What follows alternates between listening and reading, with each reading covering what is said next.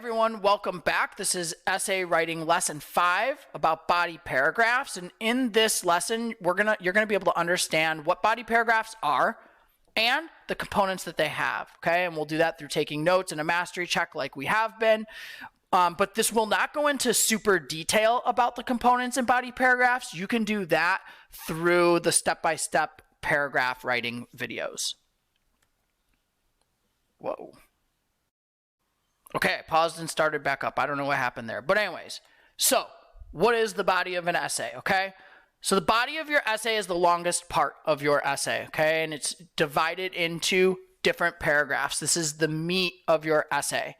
You have your intro, then your body, and then your conclusion. These are your paragraphs that are going to walk your reader through your ideas that are proving your thesis, okay? So each body paragraph is designed to back up and prove the thesis that you write in your introduction.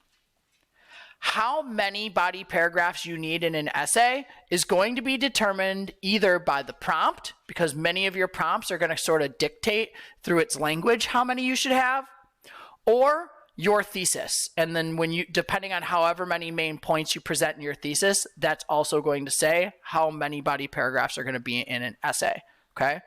5 body paragraphs is sort of the minimum, all right? So, but a 5 paragraph essay is sort of a minimum like essay. But a 5 paragraph essay is going to have 3 body paragraphs in it, okay?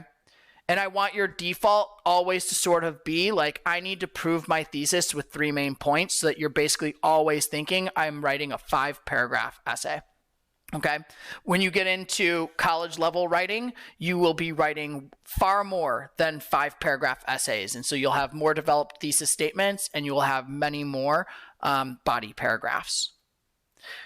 So let's take a look at some examples. I'm going to pose some questions or thesis statements to you, and I want you to decide how many body paragraphs will each of these need. So the first one, since you've become a teenager, what are the greatest challenges you've faced?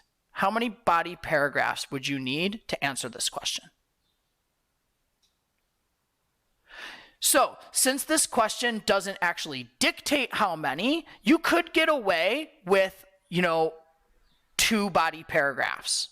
All right, you should always have at least the 2, but really I want you thinking 3. So this really should be a 5 paragraph essay with 3 body paragraphs, okay?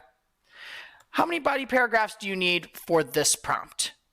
The negatives of internet use are outweighed by its many benefits for education. The internet facilitates easier access to information, exposure to different perspectives, and a flexible learning environment for both students and teachers. Yeah, this one actually needs 3 body paragraphs. This is a thesis statement and it states it, right? You have to talk about easier access to information, exposure to different perspectives, and flexible learning environment for students and teachers. So those are 3 main points. You need 3 body paragraphs. How about this one? Carefully read P.K. Page's 1943 poem, The Landlady. Then, in a well-organized essay, analyze the speaker's complex portrayal of the landlady. You may wish to consider such elements as imagery, selection of detail, and tone. So how many body paragraphs do you think this one needs? This is another one like the first one where you could get away with the 2, but your default should be the 3, okay? I also want you to see that in a prompt like this, it says you may wish to consider such elements as, okay, means you do not need to use these 3 specifically. They are just offering you some suggestions of which ones to use. Really, in this prompt, you would need to be answering about this portrayal of the landlady, okay? And then you just would need to be proving it using specific elements.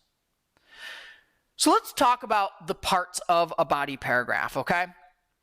Body paragraphs open with a topic sentence. It's the first sentence of each paragraph. It directly connects to the thesis and your first stated main point from the intro, and it sets up the paragraph itself, okay? Then you have your context. This is used before each piece of evidence, and it helps set up the evidence so that the evidence makes sense to the reader. This will include your transitions. Then you provide evidence. This is support for the topic sentence, and if it supports the topic sentence, then it must be supporting the thesis statement. Your default should always be to have 2 pieces of evidence for each body paragraph. So your default is to have 3 body paragraphs and 2 pieces of evidence for each body paragraph, which means what? 6 pieces of evidence in every essay at the minimum. After your analysis, after your evidence, you have analysis. This is where you explain your evidence, you explain how it connects to the topic sentence, and you explain how it connects to the thesis statement. Finally, you have your concluding sentence, which summarizes your paragraph and is used to transition into the next paragraph in really, really advanced writing. That's not something that you should be trying at this stage. Okay? So that's all of the information about body paragraphs. For more in-depth information about how to write any component of a body paragraph, you should check out the Edpuzzle videos for each part of a CTP, because there's a video specifically on topic sentences, a video specifically on context, video specifically on evidence, specifically on analysis, and specifically on concluding sentences. So if you want help writing body paragraphs, then those videos are a resource for you, okay? Otherwise, you now at least know the structure of body paragraphs, and when you are ready to take it, take your mastery check, and good luck.